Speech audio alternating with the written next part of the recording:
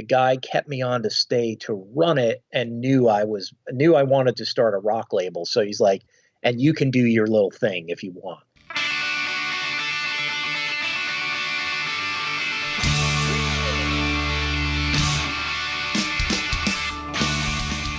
Welcome, everyone, to This Was The Scene, the podcast that takes a look back at the late 90s, early 2000 punk scene. I am your host, Mike Doyle. Triple Crown Records is a New York-based rock music record label created in 1997 by Fred Feldman. The label features such artists as The Receiving End of Sirens, The Deer Hunter, and launched the career of Brand New in 2001. It is part of the Eastwest family of record labels, a subsidiary of Warner Music Group, and is distributed by the Alternative Distribution Alliance. You may know of this record label because of such releases from the late 90s like Lounge and Folly, and Outline, who was also a Jersey band, which then Jack went on to do Steel Train and is now known for his band Fun. Thank you, Mr. Rob Hitt from Midtown, for this introduction to Fred. Rob has been texting me ideas of people he would like me to interview, and Fred was on that list, and I was like, ooh, yes, I definitely want to talk to him. So he did a little email introduction, which was very nice of you. Thank you, Rob. So I got Fred on the Skype, and this is what we talked about. How are the current state of affairs affecting the label? Starting at a hip-hop label. E-Town Concrete, Saves the Days record in Reverie, Lounge, Folly, Brand New, Outline, and a ton more. Before we begin, I just want to say a couple things really quickly. I know this whole thing sucks, and it's becoming more and more real seeing that people are losing, or they're posting on Facebook about people that are close to them who are passing away because of this shit that's spreading around the country. And it makes it more real outside of the realness that we're all stuck inside. But someone this week posted about a parent passing away, and I'm not going to say their name because I don't think they'd appreciate that. But I just wanted to say that I saw your post, and I'm heartbroken that that had to happen. And I'm heartbroken for everyone else who has been losing someone close to them to this, because it's scary shit, and it's sad. It's really fucking sad. So I'm not going to say who it is, but I'm just really sorry that that had to happen, and I'm really sorry for everyone else that has been losing loved ones and people close to you. It's awful. On a positive note, I like to thank Jay Vix for that amazing live concert he did last Friday. There was 8 people in Northern Jersey pop punk group that did a 20-minute set live, and Jay did a fucking killer job at organizing it and keeping it going. To me, it was flawless, and he reached out to me afterwards and asking questions. I was like, dude, don't when you do it, because he wants to do it again. I was like, don't tweak it, keep it as is. It was perfect. I legit started getting teary-eyed when Travis from Crash Romeo started doing his set. It was perfect. It was so goddamn perfect, and anyone watching it, it was fucking amazing. So Jay, my hat is off, and if anyone missed the first one, Jay is going to do more, and you should watch them because they're great. They're especially perfect in this time of complete shit. And that's all I'm going to say. I'm not going to promote anything or ask for anything. So all I ask is that you enjoy this episode. Feel free to subscribe, leave a review, and share this with anyone who would love some nostalgia. Okay, I did ask you to share it, but whatever. With that said, let's get started. I typically don't do a lot of research for these because I just go based on what I remember. And that's usually why I reach out to certain people based on my recollection from back then. But I went on your Wikipedia because I was trying to remember. I was like, what bands? I was like, I remember Lounge, and then I forgot about 25 to Life was on it. Because Lounge, I've been trying to get John Niclario to be on this forever, but he's just like totally pussying out. And Wow, that's weird. yeah, I think he just didn't want to do it. But I've wanted to talk to him so much because of Lounge and because of Nada recording. Yeah, I was looking through your roster, and there's so many bands, even like now, that I listen to. Like, who is it? Indian Lakes, and are they still on the label? They are not. They completed the contract with us, and still love the band. Yeah, it was like them. I mean, obviously, Brand New. Which was the first album? Was the Deja? Is that the record that was on you guys? No, we did Your Favorite Weapon and Deja. That was it. Yeah, yeah, yeah. I mean, I focus on the late 90s and early 2000s, but I'll definitely want to touch on that if you want to talk about it, because that was Sure, you're obviously probably the that only was podcast that wants to talk about the band, so sure, why not? yeah. But yeah, I mean, like now also real quick, I think Foxing is probably one of the best live bands I've seen in the last like Christ 5 years. Yeah, they are. They're definitely a special band. I do love those guys, and really proud of the work we've done together and how it's grown from picking that record up that had been out before to where it is now is pretty special. Yeah, I mean they opened up. I forget where it was. It was Cat's Cradle because I live in Raleigh, North Carolina now, and a couple years ago I went to Cat's Cradle to see. I forget the show, but they were either the opener or they were the second band, and they came out and I was like, "What the fuck? This is amazing."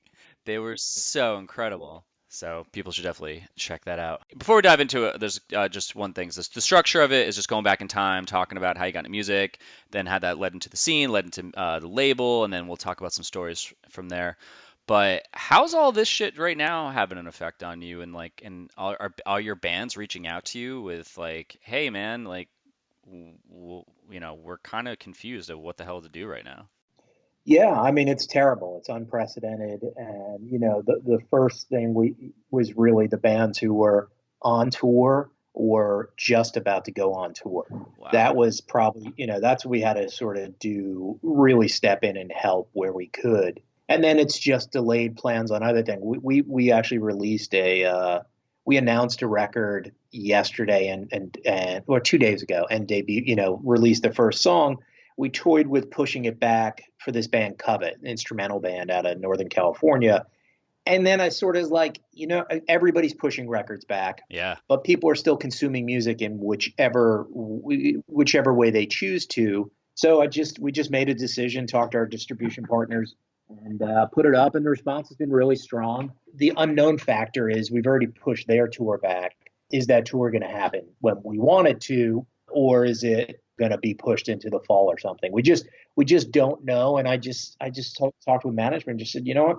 We'll just deal with it. People's listening habits have changed. Definitely streaming is not the boom people thought it would be with everybody inside. It's holding steady, but people are not commuting. They're not in the gym. So people's listening habits have changed, and we're just sort of rolling. We release music, and that's what we just have to keep doing. And I can't sit on every record so that in September everything comes out within like 3 weeks of each other. Yeah. And and the bands they got it.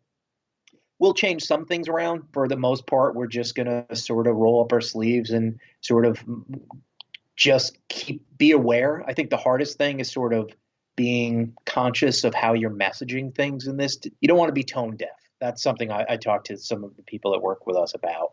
It's just a different time, and I think we just have to be conscious of that and try and do things to be aware of it. The silver lining in all this crap is that every single person on this planet is going through this. Exactly. You just kind of have to sit back and almost it's scary for a business. I mean, I work for myself. Luckily, all my stuff is online, but like I do like animation and stuff and graphic design, so that I still can reach out to people. And I'm luckily not a person who's waiting tables and they got totally fucked right now, along with a lot of people. You just kind of sit back and just be like, all right, there's really nothing I can do, but there is a power of online. And I was going to ask you about that before we jump into, going back in time, but I was going to ask you if you saw a spike in streams on YouTube or Spotify, but apparently that's not the case. Yeah, YouTube has been up a bit more. And look, I think that, and I can see it in my own house with my kids, I think people are more apt to sort of look at Netflix, look at YouTube as a better escape than put on music. It's not, we saw some studies come out of Europe where it was down even more. And I think pop music is definitely taking a bigger hit than what we do. The music that we release and have released over the years is more almost like comfort food. Like it's really means something to people. So they are going to it. Where I think a pop song is sort of like, oh, I listen to that and I love it, but it's just sort of, it doesn't become as necessary in this time. Yeah, I think that, two things. One, I think a lot more people are just looking online to see what the latest information is, which is just basically numbers spiking here for people getting the shit, numbers going down with stock market, and then they want to know what's up. So I think that's taking people's attention. And you're right. I noticed even with my podcast because I'll look at my stats every week, and on Fridays is where I'll launch every episode. And there was like a little bit of a hit because I'm thinking, yeah, like no one's sitting in traffic going to work, and a lot of people are home. They don't really have that time to listen to things because they're as soon as they wake up, they're on their couch or at their home office, and they're doing stuff, or they're like trying to balance that with their kids, and they don't have time for this. So I'll notice that the numbers will actually kind of like later on like a Sunday will kind of go up because I think they just take time and they're spreading it out. They're like 5 minutes here, or 30 minutes here, if they can even get that.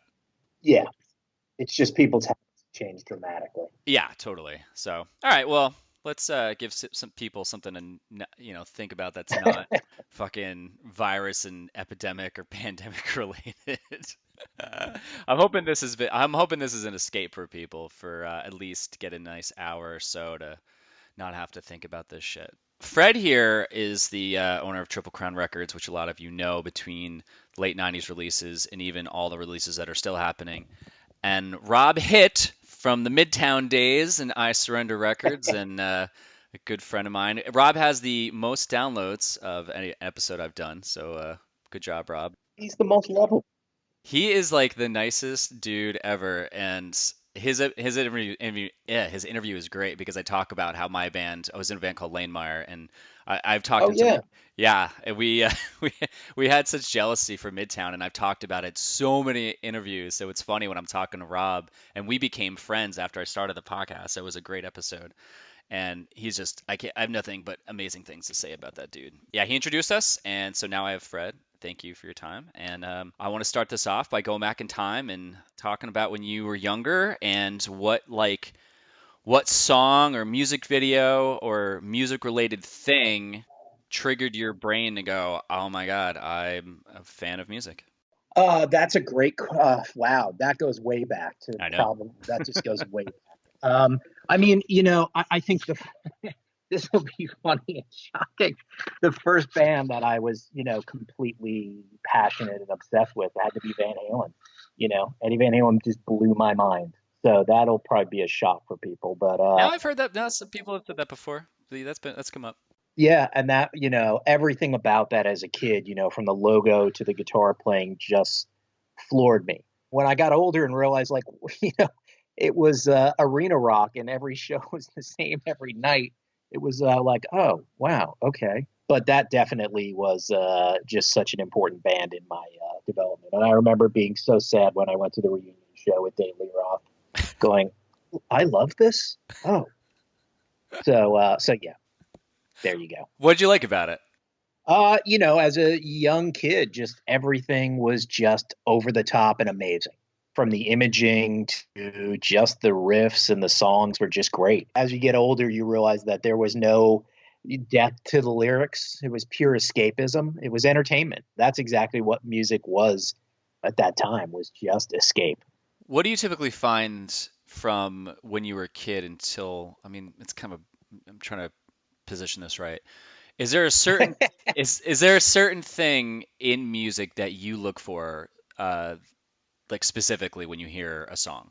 I think it has to stir something in you. Look, I know I'm not the audience that we're trying to speak to, but I still think when a song connects with people, it connects the same way as when I was a kid now to an adult, to, when that song connects. And that can be anything. That could be the music itself. It could be the lyrics. It can just, something can touch you that is, that really just sparks something that makes you go, yeah, that's great. Do you ever have that song that you listen to and then I talked to Rob Hitt about this in his interview and a couple of people that there's a song that sometimes comes out and you hear it one time and then you just need to hear it all the time for like a couple weeks or months. Sure. I mean, sometimes I get that in demos, where we hear stuff early and you just become obsessed with a band. And luckily we've been able to sign some things off that and some we haven't been able to sign, but there are certainly, it's just great when you hear something, a young band doing stuff, and you just like, I mean, look, that's when Joe Morrow sent me the Foxing record, which had been out before, but I hadn't heard the band. I heard Rory and the Medic, and I was like, holy shit. Um, that's when we started talking. It even goes back to, even the first time I heard the brand new demos. I'll hear things on other labels, just music coming out, and it can touch you, and that's great. And I feel really lucky that I can still be doing that all after all these years and still feel that same emotion when you hear a song. I like I said, I react differently, but I think when that song connects, you just sort of know. I think I'm always trying to look, not always trying to look for that song, but that Indian Lake song, they're in my Spotify playlist. And it's one of those where, do you have like your own personal Spotify playlist? Yeah, various, yes, yeah. I mean, they're all in sort of different categories.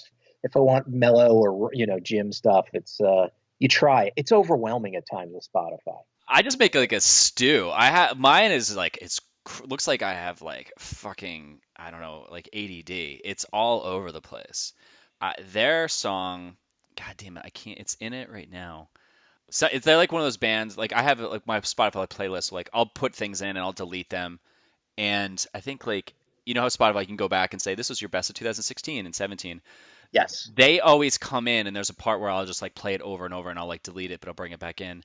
But it's something about like creatures and oh God, what is the damn song?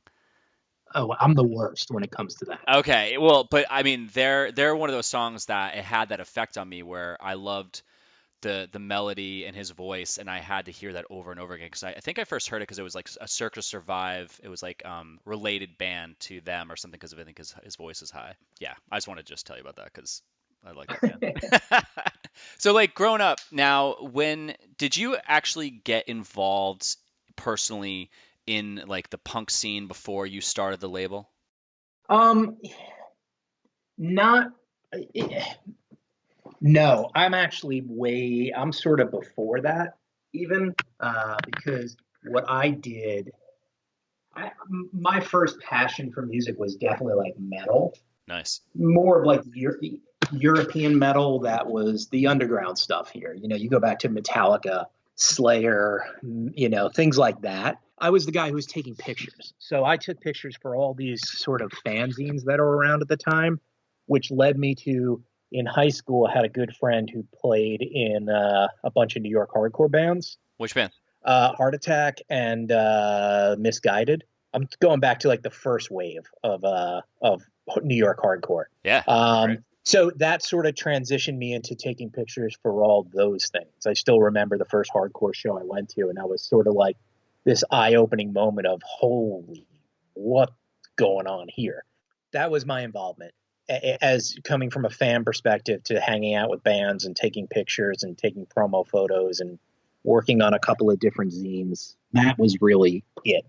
How did you get connected with the zines? It was people I knew. That was really it. And then, from there you meet other people and that kind of stuff. So definitely like when the crossover hardcore stuff came out, the metal hardcore, I was like, this is it. This is like, I love metal. This hardcore stuff, it became like some of that metal, which is funny. You go back and listen to Venom or things like that. It's like, that was nowhere near as fast as some of the New York hardcore stuff. Cause it's just, I was like, I gotta find faster music. Then I heard the Bad Brains and the Cro-Mags, and I was like, oh my God. Did you want to play in a band or did you just say, I want to be a record label? No, I played in terrible high school bands and in college, and nothing that was, I realized I just didn't have, I knew I wasn't talented for that, but enjoyed it. You just sort of realized I wanted to work around that stuff. Look, it was a different time. It's not like, over the last couple of years, you see, it's easy to start a label. Then it was just not, it wasn't something you did. The majors that was pretty much it. There were some independent labels. It's just different, just a different time. And everything wasn't accessible. I mean, you probably remember this you remember you used to tour, you'd have to print out the directions. Oh You yeah. know, you didn't have a handheld computer to tell you where to go. As you'd be driving, holding with your thumbs the directions.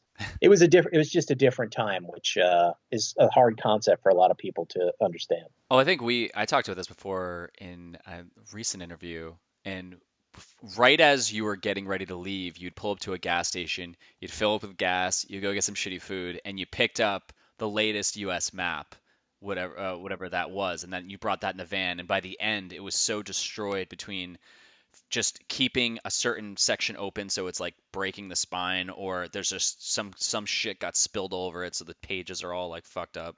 So then at the end it would just look like it went through hell, but that's how we did it. You'd leave Iowa, head towards Colorado, and be like, all right, well, at least we know for the next 10 hours, my math's probably off, but you'd be on this one highway, thank God. But then when you break off, that's when you're like, what is this city? What is this town? This what the fuck is this? And you're just trying to find a map and running your finger along and just telling your driver where to go instead of having your phone do it for you. Yeah, so it's just a totally different, just a different business, and the idea of owning a record company was just beyond foreign. While you're taking photos of shows, were you actually getting in like vans with bands and going with them to shows, or were you just showing up yourself? No, I mean everything was local. I didn't go on the road or anything like that. Did you grow up in the city or? No, I grew up in Long Island, so it was like and even just going into the city was sort of a big deal. And you go down to wherever, and then there was some shit. Look, there also wasn't the scene on Long Island that there was when the label started. The DIY promoters hadn't really. They sort of came into their own late after I got out of college. So what transitioned you? What was the bridge between taking photos for Zine and then putting out your first release? I graduated school and wanted to work in music and just did sort of the old school, worked in a mailroom of an independent company, and sort of I started at Profile Records, and which was probably one of the biggest indie hip hop labels at the time. But in there was Rock Hotel Records, which had Cro-Mags, Murphy's Law. I wanted the job. I took the job. Hip hop wasn't what I really knew at the time, because I wanted to be close to that. And as I worked there, the guy who ran Rock Hotel realized like I was passionate about that stuff. It was just, I worked there for years. I started in the mailroom and ended up running the place. And at one point when the owner of Profile sold the owners split, two owners split. The guy kept me on to stay to run it and knew I wanted to start a rock label. So he's like, and you can do your little thing if you want. So I was lucky enough to sort of I made a lot of mistakes at that time because he definitely left me on my own as long as I was running the rap side smart, and I knew how to do that. So we came in, we reissued all the Rock Hotel stuff. We signed a bunch of new bands. I was lucky enough to make the mistakes that if I started the Triple Crown at the time, I would have been out of business with someone else. I made the mistakes with someone else's money. So when Profile was fully sold, I decided to start Triple Crown in 97. I was still making mistakes, but I was making less costly mistakes. Give me some examples. Like what were some of the mistakes you made early on? Some at the time, look, at that time there was no streaming services, so everything was still physical. So it was really just budgeting properly, how to make an artist deal, how to market properly. Yes, I had the buffer of someone else's money, and at the time, a bigger company behind me. But it's just, it comes down to manufacturing, smart promotional stuff. And look, the business from then to now is so different. How you market things. Then you still had to take ads out. There was so many zines, Oh yeah. so many magazines. People were buying advertising on TV. You remember during Fuse, Steven's Untitled Rock Show, you'd be buying, all those victory ads would come up. Yep. So it was learning how to budget a record properly. Even that was not a DIY thing. I don't come from even though I am DIY, I don't come from that sort of world, really, when you get down to it. I had worked for a very successful company and helped them be successful, and I wanted to be successful, and I wanted my artist to be successful. It's a slightly different mentality. It was learning those things. Back then things were just different in a sense of you wouldn't think twice about pressing up 3,000 posters because you had to service retail and you had to service all the promoters, and then you had to do this and you had street teams. It just really was a lot more budgeting things and learning how to make records smart but still have a fair deal. A lot of trial and error there because I was literally left to my own devices it was called Another Planet. We put out some cool records. That was maybe like 2 years, 3 years. I can't even recall that after that I was, done with that. And that was that. Was this is the label that was run by Corey Robbins? It was Corey and Steve Plotnicki, and then Steve ended up buying the label out from Corey. It was lawsuits, it was messy, and Steve had me stay on to run Profile while I did the Another Planet thing. And look, I was lucky enough, even within at that time, Profile had a big EDM label in there, Smile. So everything sort of, I touched all these different things and worked on, like, look, I've done pop radio promotion, rock radio promotion, marketing, publicity. Being at an indie label at that time, really, you weren't pigeonholed in one thing. So I got a good understanding of the business, which I think helped ultimately, when I started Triple Crown. Well, it seems like you only wanted to work in the music industry then, if that was like based on what you just said. Yeah, I wanted to, and look, I feel lucky that I'm still working in it all these years later. So it was a thriving business then. I mean, the amount of people who worked in the music business at that time was a lot of people. There's nowhere near that these days. Well, because you were pushing mostly, what was like the main medium? Was it cassettes or was it still vinyl? Back then, Yeah, because it's like this is the this is the early '90s, right? mid to late, yeah, it was CDs. It was, we were still making cassettes. Vinyl for hip hop was big because, you were still making 12 inches because DJs played 12-inch records. It was, when Triple Crown started, CDs was our biggest format. We were doing some vinyl here and there. I recall some cassettes, then we phased out cassettes, then we phased out vinyl, and then it was just CDs. Yeah, I heard there was such a boom in the music industry back then because once CDs came out, everyone was rebuying the same music they had, but they wanted it on CD. So they had it on a cassette tape or a record. They were just repurposing it on the CD, and that's why there was like such a surge. It was massive. So tell me how you like left the label and started Triple Crown. The owner of Profile told me he was selling the company to Arista or some, I don't even remember who, but a major label was buying it. I stayed on to transition just to make sure the transition was fairly smooth. He gave me office space. I called my wife, and I was trying to sign at the time. We had a finished Stubborn All Stars record, classic ska. I was trying to sign 25 to Life to Another Planet. He told me this, and I'm like, shit. I called Rick. I said, Rick, I'm starting something new. Do you want to still make the record? I'll be able to do this. And he was like, sure. So I went and I licensed the Stubborn All Stars record. I tried to buy the Another Planet catalog. We just couldn't make a deal. Then I called my wife and said, hey, I'm going to start my own company. I can do this. And she's like, great, I'm pregnant. I'm like, awesome. So I was like, can I still do it? She said, okay. Wow. That was really it. So our first two releases were Stubborn All Stars and 25 to Life, and then a ska comp I had been working on. Those were the first few releases. And because I had relationships, I was able to go at the time, you needed a distribution deal. I was able to get a distribution deal and sort of get up and running. What was your vision when you started this? Did you have a kind of a conversation with yourself where you said, I can see in 10 years that I want the label to look like this? Nope, no vision at all, honestly.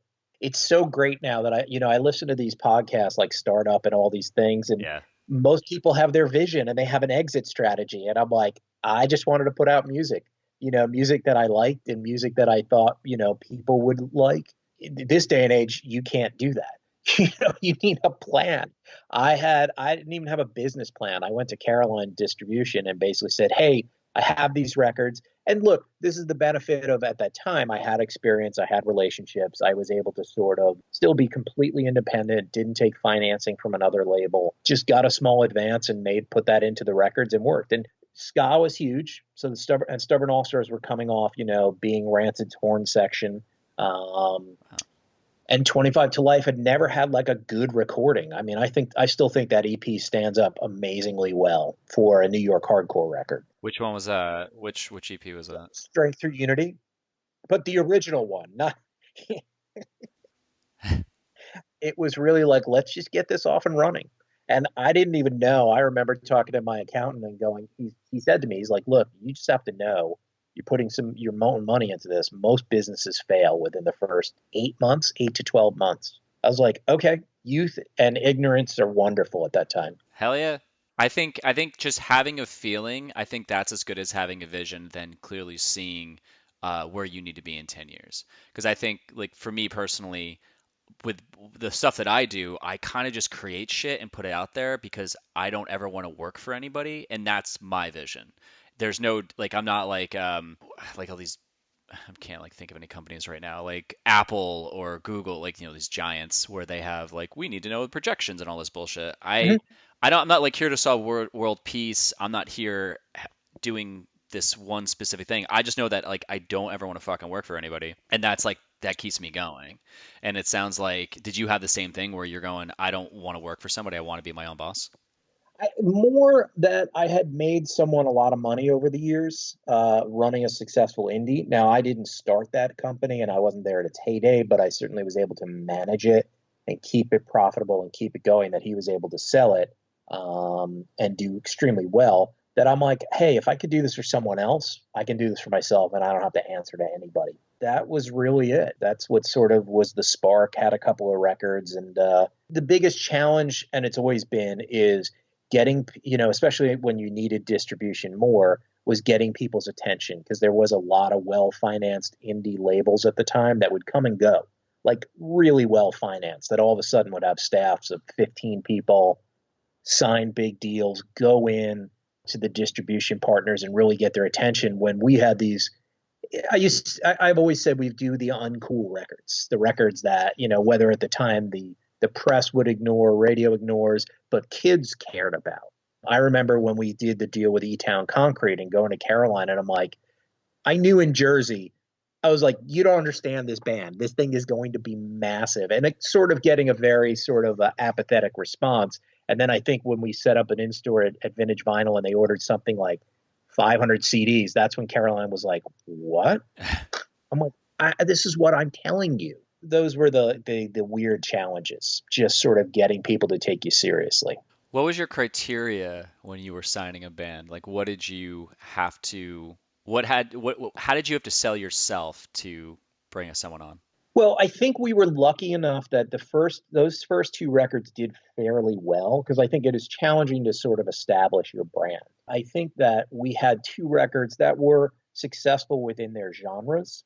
I think people saw we did a good job with those things. So it was building off that, working hard, being able to look, a New York hardcore record's only going to go so far, Yeah. but as long as you can go as far as possible within that genre, that sort of helped us establish things. Did you have like a certain conversation with bands before you signed them just to see that they were going to pull their own weight?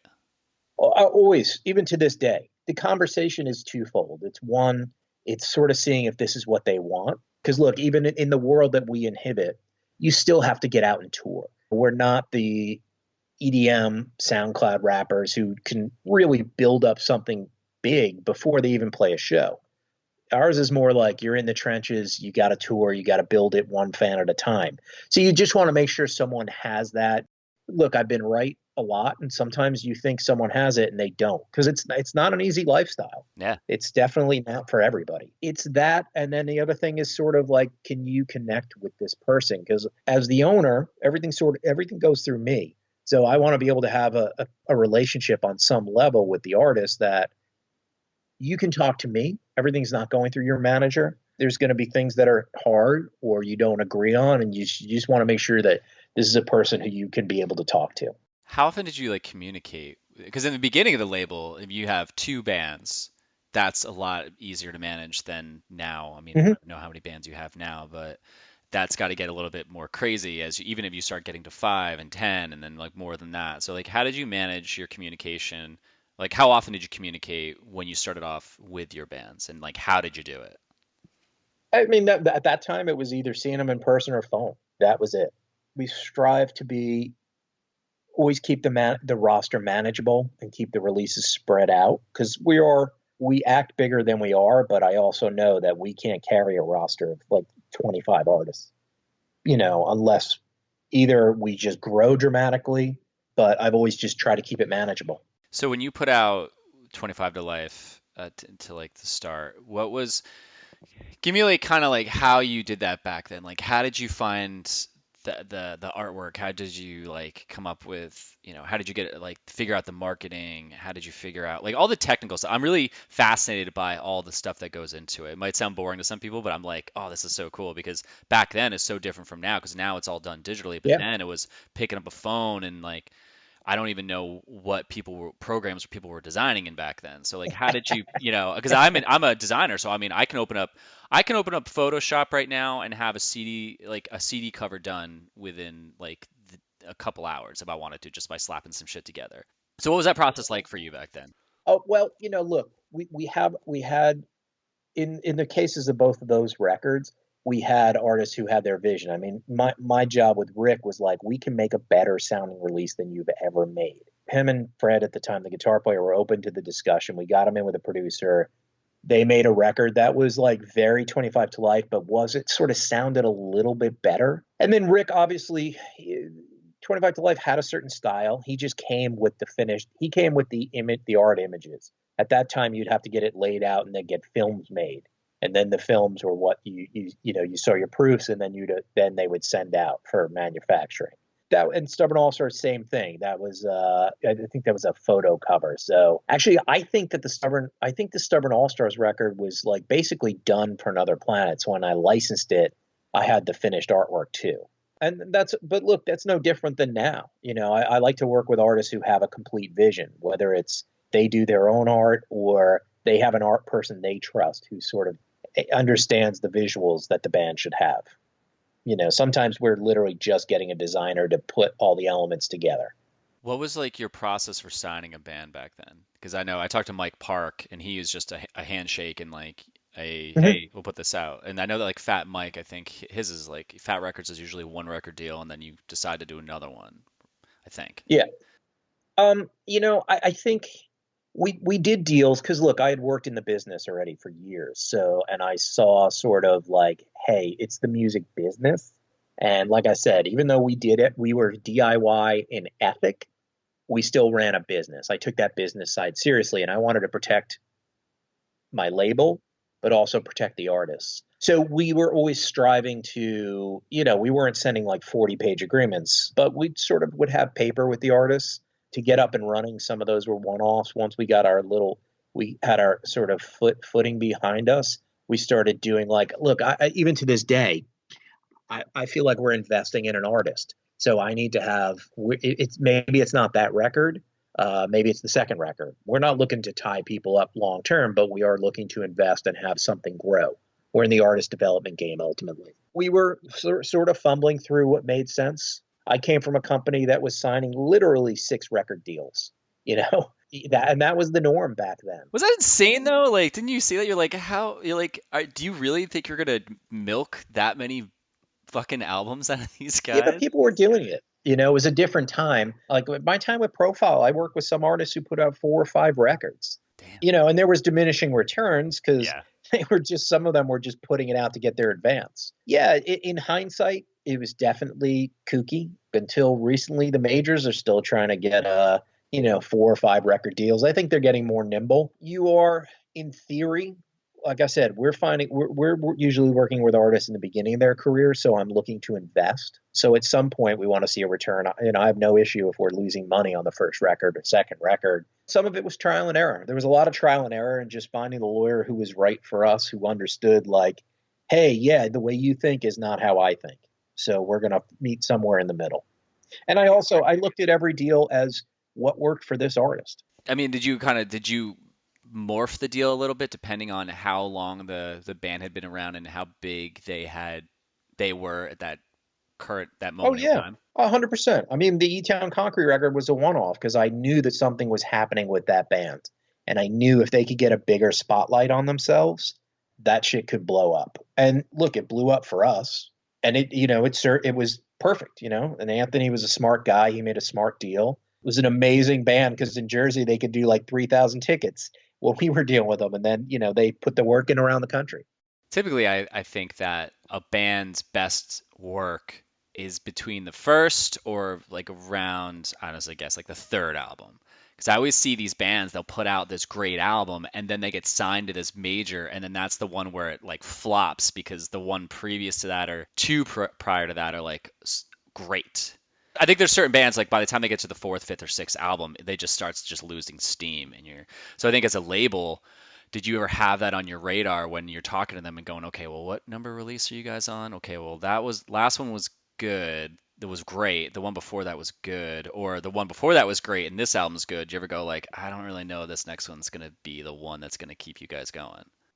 No, I don't think that that's really it. I mean, I've had artists make weird records, and we'll have a conversation going, I don't necessarily get this, but ultimately it's their career. I've had artists in their last record with us make a really some interesting, strange records. And at the end of the day, I just tell them like, look, I want what's best for you, but I go on to other records. Your career is your career. So you have to really think about that. Is this the right step for you? Yeah, I think I was just thinking of too, like when Saves the Day put out in Reverie, coming out Mhm. of Stay What You Are, and Stay What You Are was fantastic, and but then in Reverie was so different. I love that record, but I can imagine, I forget where they were. I think they were on Vagrant maybe at that time, or they went to a They major. were on Vagrant, and then it went to was it Interscope or DreamWorks or It something? was They DreamWorks they put out yeah. in Reverie. Yeah, I can imagine that label just being like, "What the flying fuck?" They're like, Yeah, it was it's weird. It's like a cult classic. I know a lot of people who love that I record now. love that record, and I remember I was like one person out of like 1,000 be like, "This is so Yeah. great." They're like, "You're out of your mind." But I can just imagine that that's because it's like it's such a gamble too when you're bringing a band on, and they're like, "Okay, like we believe in you and you love your music," and they just come up and they just like, "Hey, we took a huge left turn," and you're like, "Okay, shit, this is gonna be Look, interesting." I've had those too. I mean, the Oh, most I bet. exciting thing is when you get a band and you sort of when they deliver a record no one was expecting, and it is so mind blowing. And look, we've been lucky enough to see that happen a couple times, whether it was Yeah. brand new from Favorite Weapon to Deja, even North Star from the, is this thing loaded to Pollyanna, or, Foxing when they dropped Near My God, it was like, holy shit. So, you try to give them the best environment to make that record. That's, I feel like, an important part of our job here is to sort of give them that space, maybe sort of make the connection with the right producer and give them the freedom that they can deliver that.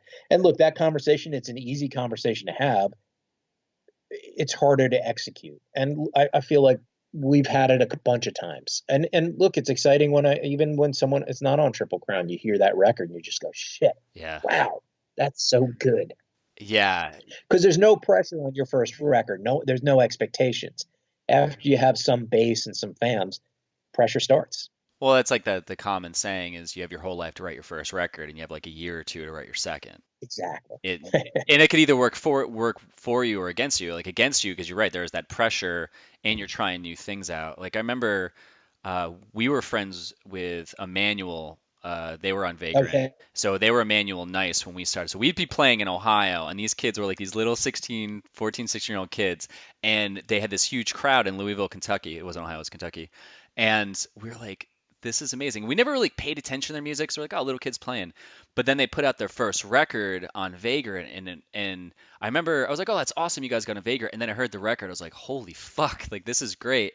And then the second record came out, and it was so different, and they like took such a giant turn that you're like, well, that the first one took them so long to do it, and it was awesome. They're figuring it out, but then they like just went and just kept going in a direction and got really into Deftones and shit, and it didn't work out too well. I'm not gonna sit here and like talk shit about bands. I'm not really trying to do that. I'm just like just trying to just talk about that.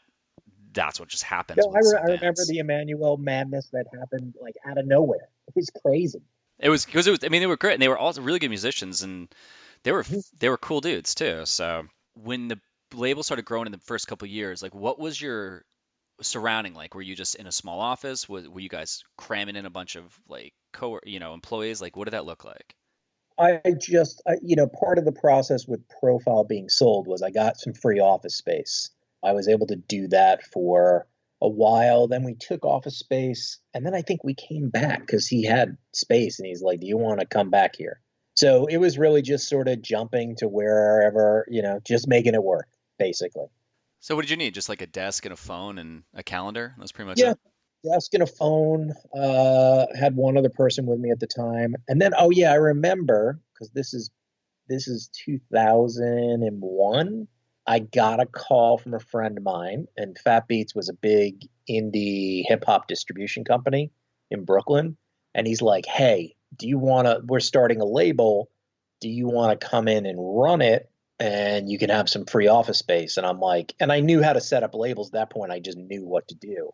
And this is a good friend of mine. I said, "Sure, that sounds great." And I remember the guys in Brand New moved me, two of them moved me from the city to Brooklyn to Dumbo. We were there for I think 2 years, maybe something like that, just figuring out what made sense. Just that's what you got to do. Wait, so you had your office in Long Island, and then you took up this position Now I was in. always in the city. I was in the city, just sort of finding office space, and then we went to Brooklyn to. I started running Fat Beats Records, and we ran Triple Crown out of there as well. How did you balance the two?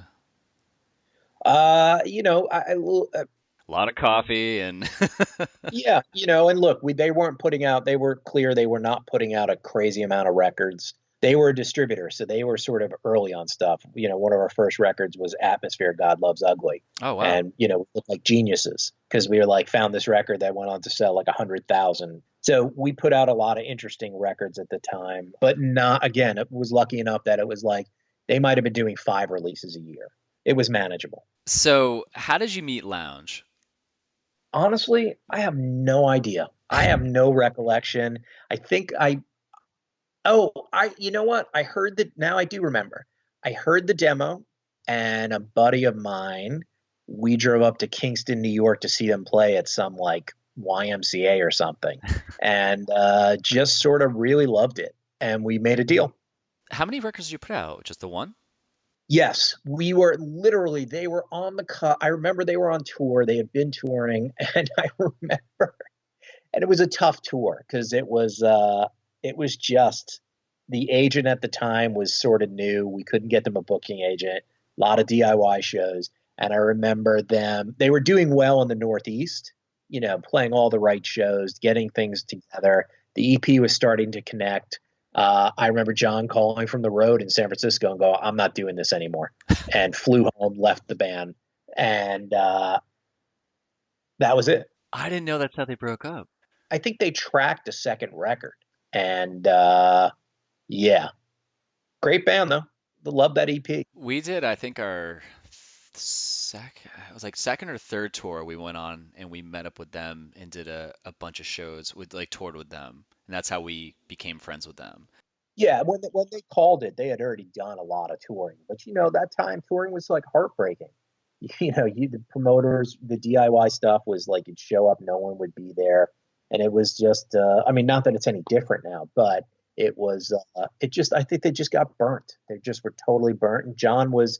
Look, those guys all had skills in other areas too. John obviously had Nada Studios.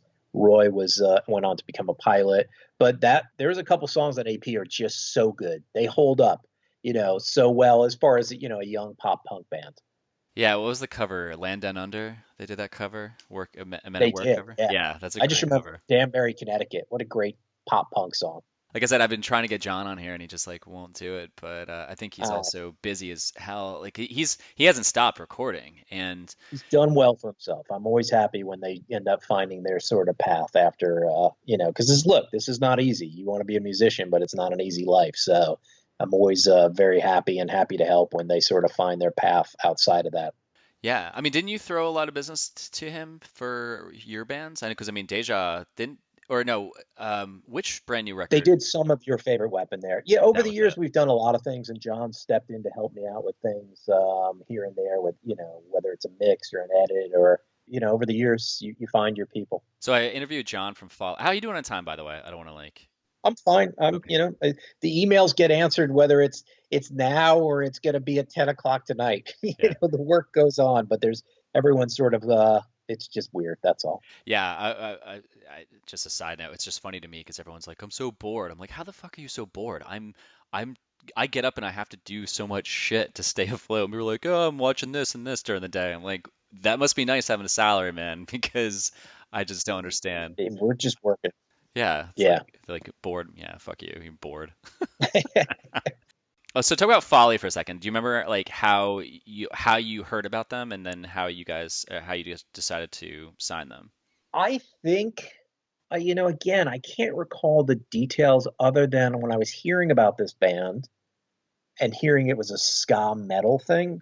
I was like, that's the most fucking weird shit ever. And then I think I went and saw them and I was like, this is so insane, but it's great. I think they were just the kind of band that was always there and no one would really, on the label side, was ready to give them a chance. And we were doing fairly well with ska records at the time. And we definitely didn't do ska punk. We were definitely more in the traditional ska area. Yeah. So I thought it was just so the worst thing you can do when a record, when you put it out, is sort of get that reaction of like, yeah, that's okay. So even if people hate it, you get a reaction that is it's a good, they love it or they hate it is better than that's okay. So I sort of felt like this is the kind of thing that's going to get a reaction. So we talked to them. They are the loveliest human beings. I like, you're just shocked how aggressive they can be on stage when you talk to them, and they are endlessly entertaining. So we took a chance, and I just said, let's make the record. And I think Sal Villanueva made that record. Yeah, Big Blue Mini Studios. And again, that was part of what we always tried to do is take someone who had, an idea of what they were doing and maybe just get them, not change their sound, just make it as good as it could be. We made that record. It came out, challenging response, but another band, like I always felt like if you found your market and they had, North Jersey and they could do well there, there's no reason you couldn't replicate that somewhere else and then maybe somewhere else and somewhere else. They started to do well in Long Island and we found pockets of places and those guys worked hard. That was really it. It was weird and great. So weird though. I know. I remember when I first heard about Folly, I was the same thing. I was like, wait, they're a hardcore like ska band or metal ska band. I was like, that doesn't make any sense because they'd be like, because John's voice would be super screamy, and then they just like break into this like bright like ska riff. And I was Yeah, like, what the fuck? it was amazing. One of the times I saw him that I was really just like, you're smiling and shaking your head at the same time as at Hellfest when they did it in Elizabeth, New Jersey. And there was like thousands of kids beating the shit out of each other, and then in the next breath they're skanking. It's like, all right, It's very but it's great. tribal. Yeah. Yeah, Did you know about his brother's band, Right Turn Eddie? Did you ever hear about them? They were like a I traditional sounding ska band. did not know that. I had met John when he was younger because I went to Jefferson High School and his dad was the music teacher at my high school. And from then I knew about him and Mr. Tamillo, and then later on I met Right Ternetti when so Mr. Tamillo's so John's two older brothers were in that band, and they were like we became friends with those guys, and then John was like this quiet dude, and he sometimes would fill in on drums, so he's a sick drummer. And Hmm. then when he did Folly, I was so confused. I'm like, wait, that quiet kid who was a sick drummer is the lead singer screaming in a mic for a ska metal Barefoot. Barefoot, yeah. I asked him about that in his interview. I was like, "Did you ever get your foot stepped on?" He's like, "Yeah, a few times. It kind of sucked." I was like, "God damn, dude, that's because everyone was jumping on the stage." I was like, "That seems a little dangerous." Maybe I'm just older Yeah. And it was interesting because that band never had a manager. They never got in like the slipstream of being that band, even though they could draw a lot. And I remember you'd always have to beg them on to Bamboozle and Skate and Surf. And it was like, guys, they're worth people. So it was just because they did things their own way. So, and we just reissued the vinyl that did really well in their reunion shows. And I was just happy for them. It went really well. Which one was that? Resist Convenience or No, we did Insanity. Insanity Later? Yeah. Some of those deep catalogs, you're never sure if you should make it on vinyl or not. And that one I felt pretty good about, and the timing was right, and we ended up pretty much selling out of the pressing. I was happy about that. Oh wow, that's pretty good. So you've mentioned a few times that you've heard bands and said, "I think we can get you to sound better on your recordings." Was there a studio or a number of studios that you wanted to always send your bands to record at? Nope. Just try to listen for the right. A lot of times they had an idea. If they don't have an idea, you try to facilitate a conversation with the producer who might make sense for them. And, depending where they're at in their career, sometimes you come up with a wish list and you just sort of, you never know who's going to fall in love with a band you might think is out of reach. And that might be the right producer because sometimes they're willing, everyone wants to work. So sometimes you get lucky and you get someone who just falls in love with the music, and you can get them to work for the band. What was like the first release where you were like, holy shit, that just took us to this new level? It's definitely brand new. It was Your Favorite Weapon. Yeah, I was It's kind of sort of waiting you there because I was like, that has to be Deja. Yeah, I mean, before that, prior to that, we had done a lot of ska and hardcore records, and we did some really hardcore records. We signed Hot Rod Circuit, and if you look at Hot Rod Circuit, there was another logo on there, Montalban Hotel, which is actually Andrew Ellis, who's a booking agent. He books. We've worked a lot over the years. We're old friends, and because I was actually at the time like, this is not hardcore, this is ska. I started to overthink what Triple Crown meant at the time. So we did that. He had done a couple of 7 inches. And after that, I felt comfortable sort of branching out musically. So, in some sense, that Hot Rod record, because Andrew was also booking them, I they remember sort that. of caught fire pretty early. That gave me the confidence to sort of go when we started with Brand New. But the Brand New took off. Your Favorite Weapon was eh, you just felt something different was happening right away, even at the release show. And even though that came out right after 9/11, it picked up some steam and it just felt different. And look, they got in the studio pretty quickly after.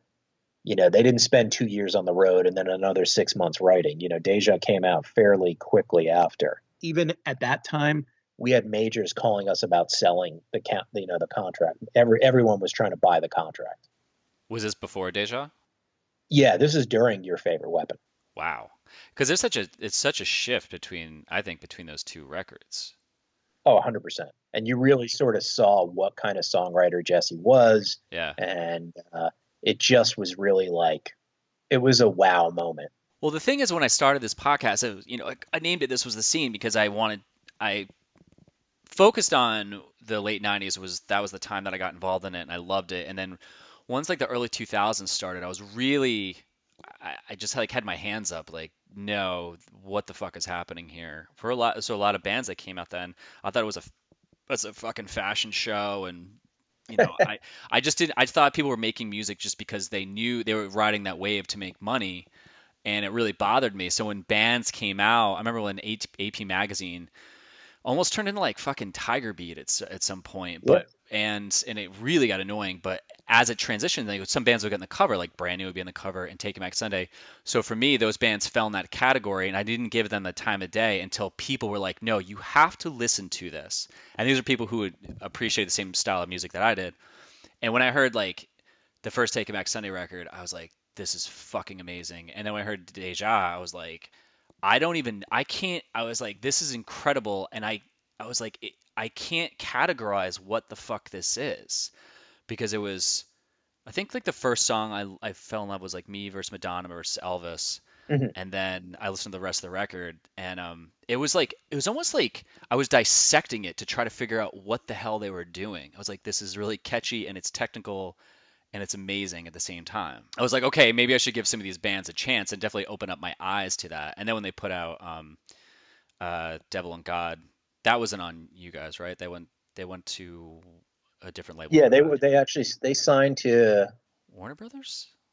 no DreamWorks, DreamWorks, and my then I bad. think DreamWorks folded literally like 3 days later, and then they were on Interscope. That was a Yeah. So it was like, I don't know. I mean, I just remember that just being an incredible record. So there's certain bands where I'm like, no, fuck that band. Like, I don't like that genre. But there's a lot of bands that sit out where I'm like, okay, I don't want to shit on the early 2000s too much because there's a lot of great music that came out then. But like Oh, you, 100%. yeah. So like you had to follow that transition. So like I do remember because you mentioned being known as a ska label. I remember being young and thinking that when your name would come up, I would put that in the same category. For some reason, I remember thinking about this as like as a ska label. Like if someone said Asian Man or um, God, I can't think of any other labels, other ska labels. But you got, Jump Up, my favorite I don't remember that label. Who was on that? Chicago label. I don't even remember. I just remember there was a handful of ska labels. But I think we meant different things to different people because at the time with our hardcore stuff, whether it was Mushmouth, 25 to Life, we did Rick's other band, Coming Correct. We had Overthrow from Long Island, E Town Concrete. For some reason, we're still considered a hardcore band, even though they were more new metal. I knew that having an eclectic sound would sort of make it hard. We were not the label where you had to have every release. We spoke to different people at different times. But I was fine with that. That's what I wanted to create. I just don't know why I thought you were a ska label because it's really not that many ska bands. No, but we were so entrenched with the Stubborn crew, with Stubborn All Stars, which had everybody at some point played with them, and then Skinner Box, and then the Insteps, and we did a couple of ska comps in the beginning. And we had real success with Stubborn All Stars. They were, successful, and we were finding opportunities for them to get on big tours. Like I said, they became Rancid's horn section. So on the Beavis and Butthead soundtrack, they were listed as Rancid featuring Stubborn All Stars. So Oh, all wow. these little weird things sort of came up and ska was so big in New York, especially in Jersey, that that's if you lived here, you probably thought of us that way. Did you go to a lot of local shows back then? Like, were you Yes. like, yeah? Like, Yeah. mostly, where would you go? Was it just like New York or? There was a lot of shows in Jersey. New York really was, Long Island had a lot of shows at that time because there was, some great local promoters. Jersey obviously had a lot of local shows at the Wayne Firehouse. There was that, what was that? Oh, did you go to the Wayne Firehouse? Oh, a lot. No shit. What was that place in Boonton? Night at There was like Columbus the cafe. There was some cafe there. Cafe. Oh, Berkeley Cafe. Yes, That went was, and there a then bunch. yeah, was that Boone or that was Montclair? I think it was Montclair. And then there was some Elks Lodges. I remember the first time I met the Newfound Glory guys, because I think no, was that it? It was like all over the place. The one I remember the most was the Wayne Firehouse. Oh, it's wild. And Ricky was the promoter there, I right? was yeah, I was just gonna say, do you know Ricky? Because I interviewed him. Yep. Yeah, Ricky Saporta. Yeah, you put Ricky's on great. great goddamn Uh, shows. yeah. Yeah, we had tons of bands. All our bands played there. And that was fairly easy, made life easier rather than going deep into Jersey. And then the city had shows up in Connecticut occasionally. So, tri-state really did the tri-state area. I just want to just make a correction, everyone listening. I think it's a Berkeley Cafe, but I could be wrong. So if someone says if it's, so I'm not 100%. So if someone's listening and screaming at their radio right now, then I apologize. You could just email me and just let me know that was a fucking mistake. Yeah, I'm sure Um, I got it. So all right, man. Well, actually, real quick, like when downloading came out, how big of an effect did that have on you guys? it was another way to sell music. Some people that didn't have the effect that streaming has been a bigger shift, Oh, definitely. explain that. Because that was still people purchasing music. Once streaming came in and really got a foothold, it sort of changed the business. That's interesting because I asked Mike Park that. I've had a couple labels where I said like I talked to Steve from Lobster Records and Oh, wow. yeah, Wow. yeah, I got him. I reached out to him and I think he's trying to revitalize the record label. I don't know how he's doing now with like the whole shit going down now, but like some people have said like it was a disaster, and then Mike Park was like it's great. He goes, you think about it, if you have a CD, they're going to put it in, and you're only going to make money off of that one purchase. But if they're streaming a song over and over and over again, that could end up adding up. But I mean, I have a buddy of mine. I think he had like 60,000 downloads on Spotify. I think he got like a check for like $6 maybe or something like that. So I don't really know how that math works. Mike Park is 100% right. It's evergreen. It's always going to pay. But, the thing is, like, I'm thrilled when I get a track, a new band gets a track to 1 million, 2 million plays. And then you remember the ecosystem you live in. And, like, Billie Eilish or Drake just did that in the time it took me to make that statement, Yeah, you know? that's So true. it is, the streaming services are definitely not a place for rock music per se. It is definitely more of a pop, hip hop, EDM space. Vinyl's been a nice resurgence. Yeah, I was You, gonna you ask you about got to that. run a smart business. That's what it comes down to. Downloading didn't change much because it was just a different way for purchasing music. It's hard to sort of, even when we're doing manufacturing, to say, like, does anybody really need a CD? I still have my CD collection. I look at it sometimes and go, do I need you? But then to me, it's like, there's nothing can replace taking that CD down, looking at the credits. That's what's so great about the vinyl resurgence is the packaging. It's a complete thing. And I do see even in the vinyl world, a lot of people buy it. They don't even listen to it. It's having that collection. I started buying vinyl again. Oh, actually, I just started buying vinyl in general. I can't say again. I didn't buy it when I was younger, unless there were like 7 inches of bands, which I still have. But a couple years ago, a year and a half ago or so, a year ago, I bought a record player, and so I would start buying vinyl, and I like it because I could put it on and walk away, and I just let the album play. I don't have to sit there. It's not stressful where I'm like skipping or skipping or skipping. But then also there's a CD store close to me I've talked about, and it's like they have beer on tap at the store. So you go in, you walk around, you sit at the bar, you drink a beer, and all of a sudden you get it more loose, and you're like, oh, there, let me go through the used section. Let me. So then I walk out with $50 worth of CDs and like in vinyl, which is great. I remember how the experience of a CD is you got to keep this bulky shit in your car, and as you're driving, you got to kind of find out where the damn thing is and then like take it out with one hand while one hand's on the steering wheel and put it in. But the sound quality is fantastic. It's like Yeah, I mean, so much better. you know, I agree. I mean, I think the vinyl listening experience, it forces you to pay attention. You're not so apt to skip around. And I'm a fan of artwork and credits and things like that. And I think that that's everybody has a different experience because a lot of people are listening on Crosley turntables, and that's not the best way to listen to a record. I'm happy that it's back because we're definitely trying to make the packaging right because ultimately that vinyl piece is a souvenir and it should look good as well as sound good. Have you tried to, like you said, Billie Eilish and all those like SoundCloud bands, have you had a conversation with the label and said, hey, like maybe this won't be our mission, but maybe we should keep an eye out for a band like that?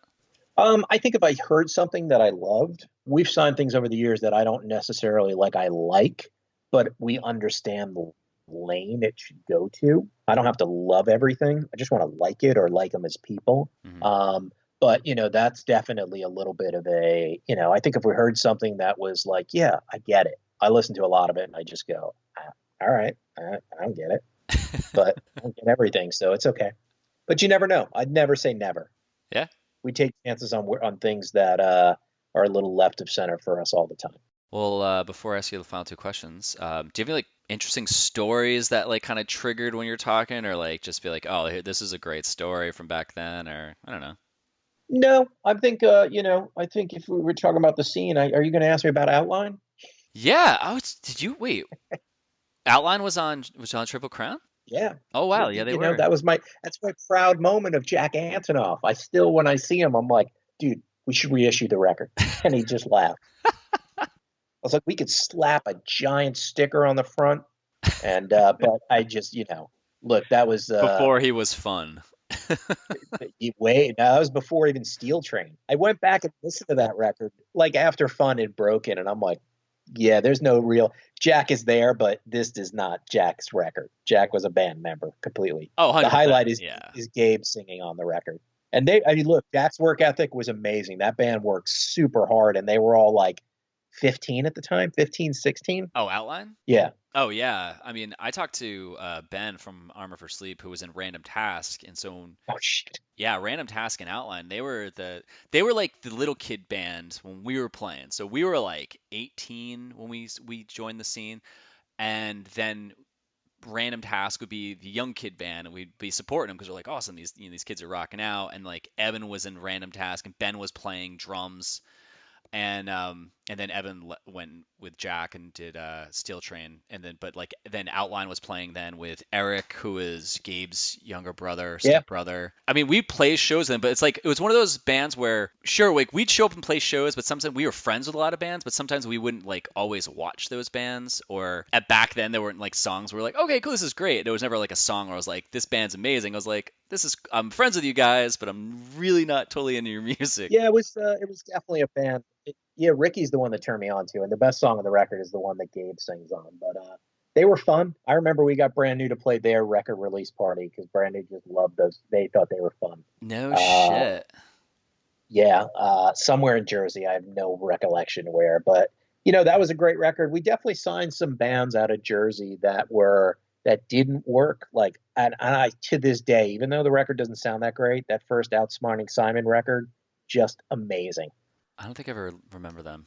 Oh my God, you should go and listen to that band. They're so great and so smart, like all in college at the time. But yeah, that band was just amazing.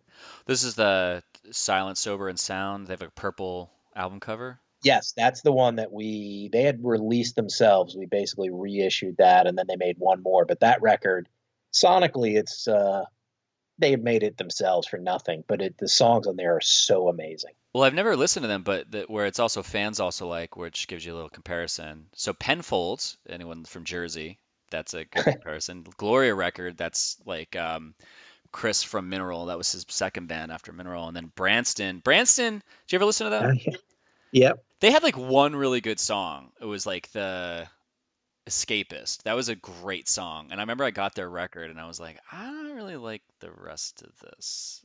I was like, I mean, like people are saying about it, like they're like, "Are you okay like saying these albums that you don't like on your podcast?" I was like, "Fuck yeah!" I'm like, I'm not saying they're shit people, but I'm saying sometimes albums just fucking blow, and Exactly. yeah, it's like it's. I mean, you got to be honest. If you're a purist, not purist, but if you really like listening to music, you're gonna be honest and be like, "Dude, this fucking album, this did not do it for me," and so that definitely happened with them. Yeah, That's a great record. I'd recommend going back and listening to it because it's yeah, no, that record did not connect. The band just never, outside of Jersey, nothing really happened. We tried, and PJ the singer is a really talented songwriter and is doing solo stuff now, but just love those guys. Love that record. was that? Did they release that in 2005? Because that's what it says on Spotify. No, that was earlier. I think that's when we sort of ingested it. Yeah, I was gonna say because that seemed like that was a hard time for music. Was it a hard time? No, Yeah, that was when it was like transitioning like into this new thing that it turned into. Well, I will let you go after these two questions. Is there I'm anything you ready. they're pretty easy. Is there anything you want to plug? Do I want to plug? What do I want to plug? Let's see. We just released a new band from Michigan called Dogleg. Very excited about, sort of young, aggressive. So I'm excited about that. I'm still, we're still working the Oso Oso record, which is just fantastic. Got a Covet record coming up. I don't know. Check out the label. There's lots of good things. You'll find something you like or not. Yeah, triplecrownrecords.com where you can find things you like or not. That's their new tagline, Exactly. by the way. Like, yeah, maybe buy some shit or yeah, you don't. I looked it up. That record did the Silent, Sober, and Sound 2003. I thought it was earlier than that. Yeah. So then I was kind of right by just looking at Spotify, knowing that. Yeah, but it just like also to anyone listening to, there's just a couple records in case you didn't know these guys put them out. Like so from Indian Lakes, you got Brand New, you got Moving Mountains. What else we got? La, la, la, la. I just lost it. Receiving End of Sirens. Yep. Who The else? Deer Hunter, Weatherbox. It's all over the place. Covet's just this fantastic instrumental band. This artist shortly out of Michigan who's still developing, but she's just an amazing singer-songwriter. So it's all over the place. Yeah, and Into It Over It. Sure, I know a lot of people are really big into that. Cool, man. All right, so last question. That's the way I ask everybody. What scene ethics do you hold on to this day? Oh, I'm stumped. Uh, I don't know because I came because I'm older and I came up in a different time. I never really was, you know, I don't feel like I was part of the scene per se. I mean, we were this sort of we were finding things in there. What I really appreciated it, when that scene sort of developed and I was already older working in the business is just the fact that people could do it, It wasn't when I was younger where it was like it was a big business. You did not have these DIY shows and these hall shows. That was more when I got back from college that you sort of saw this and realize like and even when I started going to hardcore shows when I was younger, you just it wasn't a dream to go up there and play. You could do it. Anybody could do it. And that's something I definitely retain that. I don't know if that answers the ethics question. I really, I try to run a transparent business and be open and honest with people. I don't think that came from the scene. That was just sort of I work for a company that definitely had some questionable things how they treated their artists. So I always said if I did this myself, I'm not doing this. Without the artist, you don't have anything. So I think I just appreciated seeing these scenes and seeing these bands. And look, there was legit bands coming through these, Ricky was putting on shows with national touring acts and getting them into the Wayne Firehouse, whether it was at the drive-in or, Jimmy World and things like that. And it was like, wow, and at the time he was a kid. So I always respected that. And look, there were shady promoters out there at times, but there's shady promoters everywhere. Doesn't matter if it was a scene or it's a big business. So, the people I knew or I did the most business with were pretty straight up and did it out of a passion. And I try and retain that.